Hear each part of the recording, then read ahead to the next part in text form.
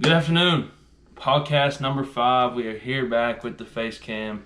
Hopefully you guys enjoyed that.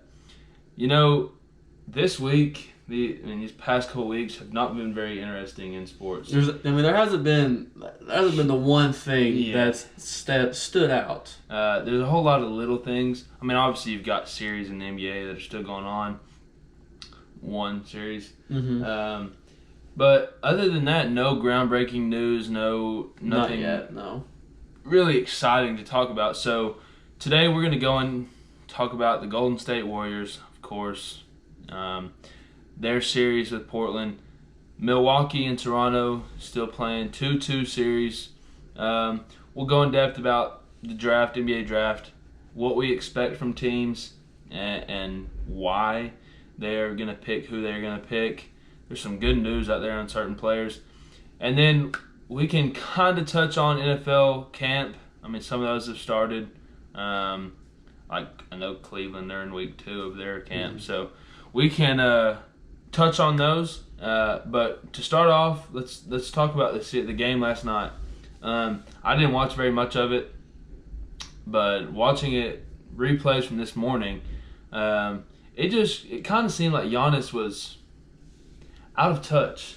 The first quarter, he played really well. I think he had 12 in the first quarter. Yeah. But after that, I mean, he had 25 for the game. But it seems like when Kawhi starts guarding him, he bottles him up very well. Yeah. Because I know in Game 3, when Kawhi guarded him, he was 1 for 9. Yeah.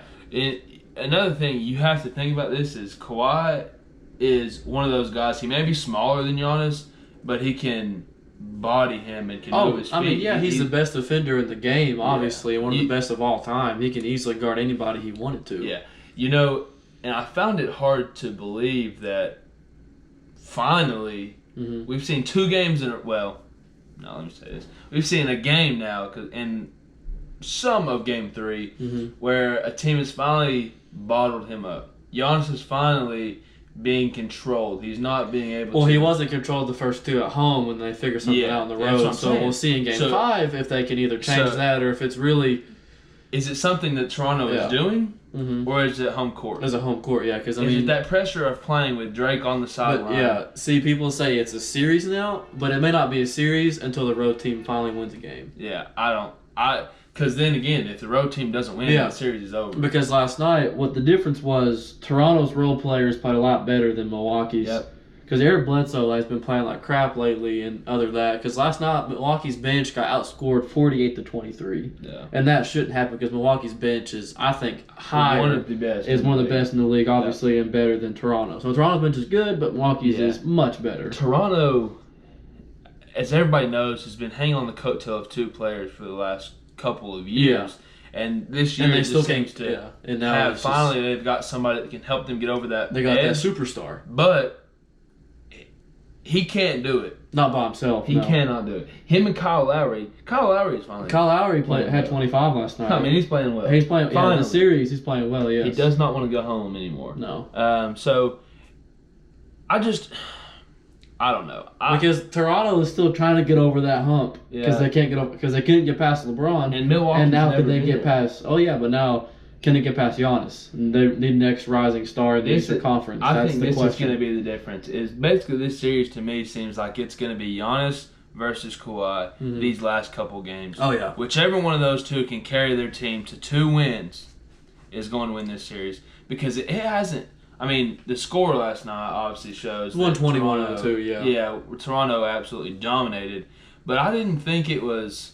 Granted, I didn't watch every moment of the game, but I didn't think it was one of those that was just a dominating, gruesome beatdown. Yeah. So those 2 are going to have to take their team and say, "We're going to the finals. Hop on my back, and I'll take you there." Yeah. Just like LeBron has had to do. He had to do the pass because even with the superstar in Kyrie needed to jump on his back and get carried to the finals at some point. Yeah. And when he finally picked it up, obviously, they won. I mean, with the Kawhi thing, too, this series will, I think, determine his future in Toronto or not. Because he might want to stay in the Eastern Conference and try and beat Giannis. But if he can't do that, I mean, I think it's LA or nothing for him. Well, this is the thing. If they lose this series, they're going to have to promise him, basically, we're going to get you guys in here.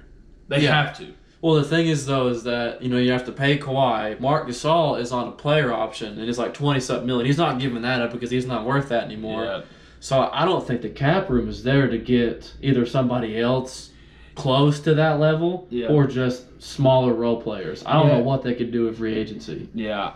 I'm not 100% sure what cap space they've got, how much, whatever they're going to spend. Right. But I do know you have to pay Kawhi. I mean, he's your first option because if you don't, because I mean they took a risk getting here in Toronto, and that risk was either gonna, if you get to the finals this year, and if you don't, you got somehow woo him over back in free agency. And then you got to look at it this way: he could make the finals this year, beat Giannis, and still leave. Because they may lose to the Golden State Warriors in the finals, which could very well happen. I mean, it probably will happen, but I think if Toronto makes it to the finals, they don't stand a chance. Yeah, but still, So you've got that. But if you look at it that way, if he makes it to the finals in the East, he may not want to leave the East and try and beat Golden State next year. Yeah. But I mean, he has said from the jump he wants to go to LA, so we'll just see if that's still going to hold true or not. Yeah, he has said that, and dude, numbers don't lie. No, they don't. Money doesn't lie. No. Big bank. Yep. Will always win over. Oh yeah. Majority of the time, people, players are going to go for money. Where I can get the most money. Where am I valued the most? Right. Because I don't think Kawhi would be very valued in LA. You don't think Either so? team. I don't. Well, no, it's probably Clippers for him, and then they got 2 max slots, so that's the other thing. Yeah, but it's gonna be tough. It's gonna be exciting. Summer is going to be amazing. It will be because we could see the downfall of many good teams in the league. There's a lot of guys with player options. There's a lot of guys that are hitting free agency. Right. That could change the landscape of the whole NBA. Teams that are absolutely terrible are about to could get big time guys. Oh, yeah. So I'm excited. Yeah. I mean, I think it's starting to get super teams everywhere. I mean, I'm hoping so. Right. Yeah. Young guys are starting to play well. We saw Utah this year. I mean, guys that don't necessarily have a super team, which Utah. They got one. That was not the team I meant. I'm sorry. I meant Denver. Oh, Denver. Yeah. They got one star. Jokic.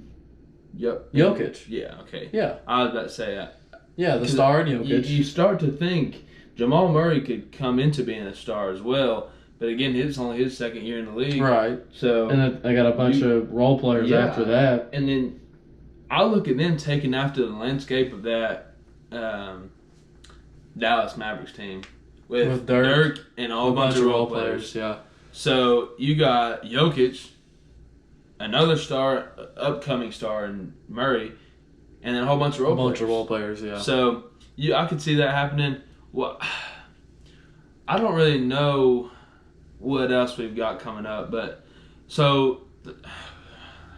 let's briefly touch on that terrible series in Golden State because that whole series just shows the greatness of Golden State, even without Kevin Durant. I hate to say it too. That's amazing. I love Portland. I really do. I hated to see them go. Dame. I mean, honestly, but I love Dame. I love CJ. They just. And it wasn't like Dame didn't play the best. Well. I mean, game 1 they both played like crap, and Dame didn't have his best game until game 4. Yeah, CJ finally showed. Man, I want to win. Right. But yeah, Golden State, regardless of who's on the court, has showed. Yeah. I gotta ask you: do you think they're better with KD or without KD? Well, I just said numbers don't lie. Right. And numbers say they're better without him. Right. But dude, he's so good. That's the thing. It's hard to say a team is better without one of the best players in the league. I know. Yeah, I get what. Yeah, that's. So I mean, Steph Curry and Draymond are obviously balling out of their minds right now. I mean, Clay's doing whatever he can, but I mean, Curry's got 5 straight 30-pointers. Draymond's had like 2 or 3 straight triple doubles. Oh man, yeah. I mean, they may not. I mean, they may not be better without KD, but I think they play better without him. Yeah. So because KD is ball dominant. Yep. So I think basically saying what you're saying is that if they want to win a championship against another team of their caliber, like say they're not playing an inferior team, right? KD has to be on the court. Yeah. Now, without KD on the court, I think they can compete at a high level. They can beat majority everybody in the NBA now in the series. Because if KD leaves this summer, I mean, they're still going to be the favorites in the West. How could they not be? I mean, and because you look at it this way is there's less hands the ball has to touch with KD off the floor. Yeah. You don't want to go a full possession without KD touching the ball. No.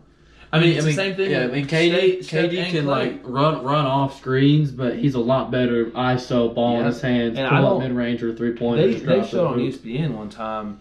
I guess it might have been this morning, a couple mornings ago. They were talking about on First Take that there's been multiple times where in the flow of offense, there's trying to be ball screens for KD and he calls them off. He just wants ISO. He wants ISO. He wants to hesitate, get around you, get that little mid range jump shot. Or, I mean, catch and shoot guy. And it limits what Steph and Klay can do because they're both guys that move really well without the ball, and KD does not do that. Yeah. He does not move well without the ball. So, but it's hard to say because they're going to win regardless. And most people are, So you think that they beat, I'm going to say Milwaukee because I don't think they beat Toronto. I think they beat Toronto easily. Not easily, but they beat Toronto. So if Milwaukee wins this series, do you think they beat them without KD if he can't come back? Yes. You do? Yes. Okay. I do. And I also think they beat them with KD. Yeah. I think that it is easier to beat Milwaukee with KD because KD guarding Giannis is, I mean, granted, Giannis will just take him to the rack every time because he does not have the body weight to put over that. But, I mean, I do wholeheartedly think that they will win regardless of who's on the court. Because honestly, before I saw what they did this series without him, I truly believe that Milwaukee will beat Golden State. But after seeing that, I don't know if I can feel as confident in that anymore. Yeah, I definitely can't. I mean, honestly, I think they might have a better chance with KD on the floor with Golden State than without him. You think?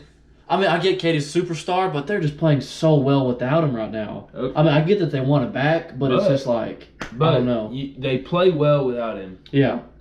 It's a difference of like 5 points, to be honest. I'm just saying, like, they've come back the last 3 games by 17, 15, and 15 again and still find a way to win with a bunch of, I mean, they got 3 All-Stars. Yeah. And then a bunch of other role players that just get the job done.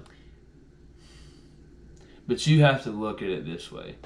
If Milwaukee's bench doesn't play well, I think me and you and 3 of our buddies could go beat them.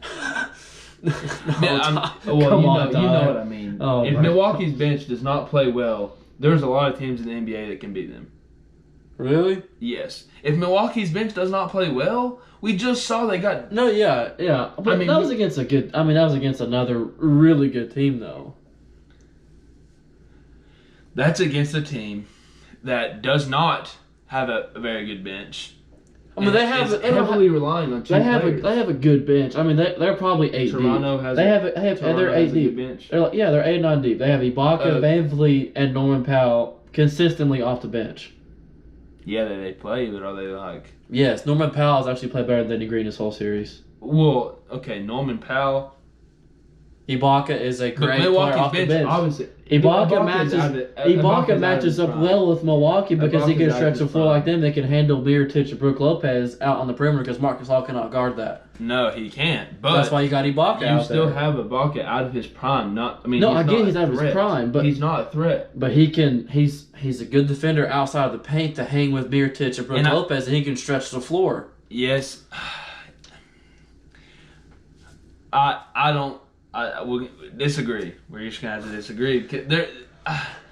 Golden State, right now, is getting the best performance from the starting 5.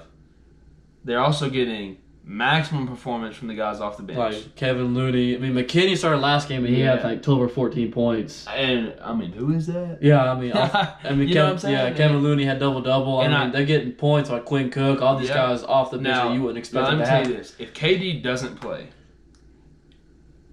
can't play, not doesn't play, but he can't play, with the say game 1, whatever, and Milwaukee's bench plays well, I mean, I see it being a series. Yeah, I do too. But I think it is solely relying on their bench. Well, I mean, if it's not their bench, Eric Bledsoe has to play a lot better because he has played lights out. He's played this Golden State team. Played terrible this series. Because you can't tell me that you think Milwaukee's starting five can outscore Golden State's starting five. I mean, probably not. No, I mean probably not. No, they can't. 3 is worth more than 2. I mean, they're 1 through 5 can shoot threes. That's the thing. Exactly. Milwaukee can. No. Yes, 1 through 5 they all can shoot. Take Giannis out of that. You know he's not a shooter. I mean, he can shoot. I can shoot a 3 too. He's not consistent, but he can shoot when he can because Bledsoe can shoot. Open. Middleton, Giannis, Mirotic, and Brook can shoot threes. We're gonna disagree because we're not gonna disagree because I'm right. They're Golden 1 State through 5. Starting 5. No, I'm not saying that. I'm just saying they're 1 through 5 can shoot threes. Okay, but Golden State's can truly shoot threes. Yes, like if you can't stop Steph and Klay, then yeah, you're not gonna beat them. Okay, we can go live right here on this podcast. I'll go out on a whim and say this right here. I think Steph, Klay, Draymond will outscore them 3 by themselves. Who? Giannis? Will outscore Milwaukee starting 5. Oh. Game 1. I don't know about that. Yes. So what, you think they're going to drop like 80 or 90 points within the 3 of them? Yes. Dude, you just got to think. That's Steph going for his usual about 35. 35. If Klay goes for about the same, that leaves Draymond getting about 20 points. It can happen, but I don't know if I don't think they'll let them do that. Dude, it's not letting them. You can't stop it. For one thing, the Blazers looked like crap guarding them all. That is true. I think Milwaukee or Toronto even is a better defensive team than Portland. Yeah. So you got to put that into consideration for them potentially dropping 90 points. Yeah. So. Yeah, but I mean, I will stick by that statement. Okay. We'll come back game 1. We'll see game 1 what happens. Now, if it's Toronto, I don't. You don't think so? Oh yeah, that's fine. But we'll have to come back and see about that. But last thing I want to touch on for the Golden State kind of questions and what all people think about him. How much has Steve Kerr had to... Let me fix this real quick. I'm sorry. How much has he had to do with the success of this Golden State Warriors team? Has he had to do that much? Because coaching All-Stars has its difficulties, but how hard is it to be a really good coach good plays when you've got guys that can go out and do it no matter what? I truly think he has coached this team because an example was in Game 6, KD's gone. So, and before, when KD was, their bench, I think, was very limited. They didn't go very deep into their bench at all. Mm-hmm. But when KD was out, he went very deep into their bench, and they were fully prepared because of his coaching. He put them in the right spots. They watched film. They knew what to do because he got them in those spot positions to play well, and it showed because they beat them. And then he did it again with them because they swept Portland in 4. Yeah. I mean, I agree. I mean, that the bench, they have come out like in a year that he's been their coach. I think the bench is always they just know what they're doing because he puts them in the right positions. They've always been prepared, and I saw somewhere like him being a guard himself, helps. Very good guard. I mean, shooting, very good shooting. It helps when they watch film. Those young guys. He can come in and he knows exactly what players are going to want to do. Right. He knows when things are going to happen. And it's kind of like, just like LA now hiring Jason Kidd. Granted, he didn't work out very well in Milwaukee. But, I mean, they could help out like Alonzo or somebody like Josh Hart. To give somebody some guidance in how things are going to work. Yeah. And so I do think he's done a great job. Yeah. A lot of people try to downplay him because, I mean, how hard is it to coach these guys. Three. Well, I think he elevated Steph and all them because Mark Jackson was a great coach before he got there, but I think Steve Kerr just elevated them more because he knew what to do with them. Yeah, that is true. All right, let's get off that topic. A little, I guess, soon-to-be NBA players. Let's talk about, well, really just one guy, Zion Williamson. We've been hearing around ESPN he may request a trade. That's not going to happen. On draft night. That's not going to happen. You don't think so? No, I mean, he came out yesterday, and his stepdad did too, that he's very excited to join the Pelicans. Oh, so he knows he's going to get picked, though. I mean, yeah. Would you? I mean, yeah, he's a guaranteed number 1 overall pick. I don't know if he was guaranteed, bro. You don't think he's guaranteed? I mean, I do now. But what I'm saying is, say they don't pick him. Because of, I mean, obviously he has to come out and say, because he wants to be the number 1 pick. He has to say, I'm excited to be in New Orleans. Right. Like, he has to say that. He doesn't want to lose that number 1 pick.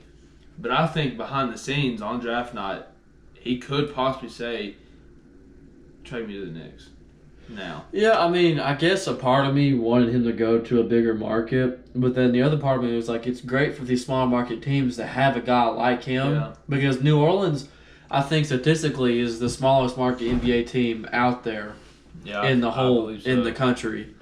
So I mean, it's good for teams like that because I mean, the top two picks are small market teams in New Orleans and Memphis, and they're getting the 2 best players in the draft. Yep. So, we're going to talk about the first 3 picks because that seems to be the only 3 that have value right now. I mean, that Lakers pick could be something interesting for AD. But I'm talking about who they pick. The 3 players, the top 3 players. I mean, Zion, Ja, and RJ are the 3 that really have the most sought out for talent. So we go on Zion, Ja, Zion. Oh, in that order? Yeah, that's my order. Zion, Ja, RJ. I can't disagree, to be honest with you. But I could, because Mike Conley's on his way out. Yeah, I mean he's the heir apparent new to Mike Conley. Yeah, so talk about that. I mean, that's all we can really talk about. Oh, I think an interesting thing is too, the whole AD thing is very interesting because he doesn't want it. He's not going to stay. But then you got these Knicks picks at 3 and then LA at 4. Do they use those to potentially try and get AD somehow from New Orleans? Because, I mean, you can put a package deal with LA at 4 and then whoever else, and then the Knicks at 3 package, and then for AD. It's just an interesting thing because they have till June 20th at the draft to trade to AD with those picks. So this is the way that I think it is.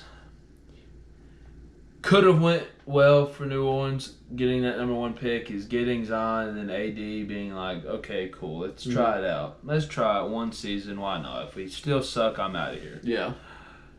There's no option. That is not an option. He has to leave. Yeah. Him publicly coming out and saying, I don't want to be here. Yeah. You can't come back. And then he wore that shirt. That's all, folks, or whatever he wore. I mean, obviously, you can't come back after that. It's impossible. Yeah. People don't want you there at that point. You're a top 5 talent that people don't necessarily want that drama anymore. So that's not. I mean, it's obviously not a valid option. So they're stuck. They got to get picks. If either it would be picks or players, amazing for them to get the 3 or the 4 pick and players from those teams and then have 1, 3, or 4. I mean, potentially, the Knicks getting rid of that pick and then they get Zion and RJ back together. Yeah. That's your future. Yeah, that is the future. So that is a great option. I just see what happens. We got about a month to see what could potentially happen. Yeah, about 1 month. Yeah. So, that's gonna be crazy. It will be. Last thing, brand new. Breaking news that just hit us. Breaking news. Didn't really add it to the beginning. Michigan, as we know, John Beilein is gone. He went to Cleveland. Went to Cleveland in the NBA. Congratulations to him. It's every college coach's dream, you think. So, but Michigan has now hired their next head coach. University alumna. Probably one of the biggest names to ever come out of the University of Michigan. Oh, yeah. Easy. One of the only one of his group that is welcome back. Michigan has hired Juwan Howard to be their head coach. In my opinion, is the best hire they could have made. Oh, by far, because he does so much experience. Yeah, so many things for their program. Say, from a player development. Oh, having the experience that he's got in the NBA, playing with like LeBron and D-Wade, the coaching, it's just been amazing for him. Yep. And then developing those guys at 18, 19 years old, and then want to play with him. Yep. And with that Fab Five culture around him. Yep. He brings the culture back of. Oh yeah. We're going to be the bad boys, and we're going to basically kick your butt and take your name down. Because Beilein was a great coach. Final Fours, brought him national championships, but he didn't get a single McDonald's All-American while he was there. Yeah, I don't think he recruited many. That's what I'm saying. I don't think he tried, and that's the problem. Is nowadays you have to get those. Yeah, and Juwan Howard from Detroit. Is he from Detroit or somewhere in Michigan? I don't Maybe know. Not, but him knowing that area, he'll get players from that area, and they'll actually want to come to Michigan now and play for a guy like Juwan Howard. Yeah, and it also brings you back to that Michigan State rivalry. Michigan State has probably recruited Michigan, if not just as bad, or a little bit better than Michigan. So it's going to be able, let's get some local guys. Let's get out there on the court. Let's be some dogs. Let's go out here and we're going to win games. Yeah.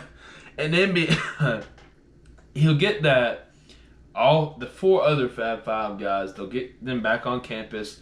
And they're all because I don't think that their Final Four banners even up in there because of what Chris Webber did. Yeah, but I think Chris Webber now is going to be welcome back. I hope so because Jalen Rose is he's fine because I think he was a captain of the football game a while ago and did a coin toss, but now with Juwan there, he'll bring them back. I think the whole campus will be more welcoming for them all. For them all, and then it'll be good for the we can see another team like them. Yeah. Man, I would have loved to watch them play. Yeah.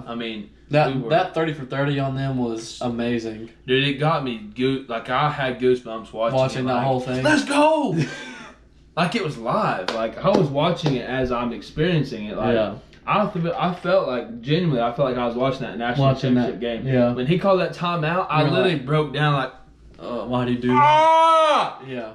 Yeah. It was just in the passion that they all had, the way they played.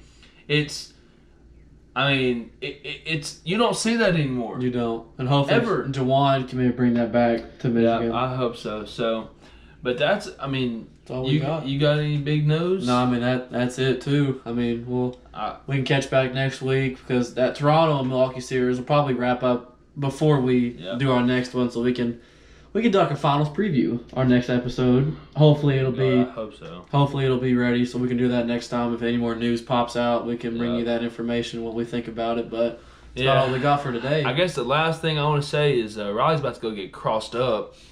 About to go play some ball. This little no-knee boy is going to get a little sauce. Oh, man. Well, I actually got you some new shoes, so maybe you can actually break them in. I appreciate it. So, that's all we got. Thank you guys for tuning in. Like and subscribe. Yes. Thank you.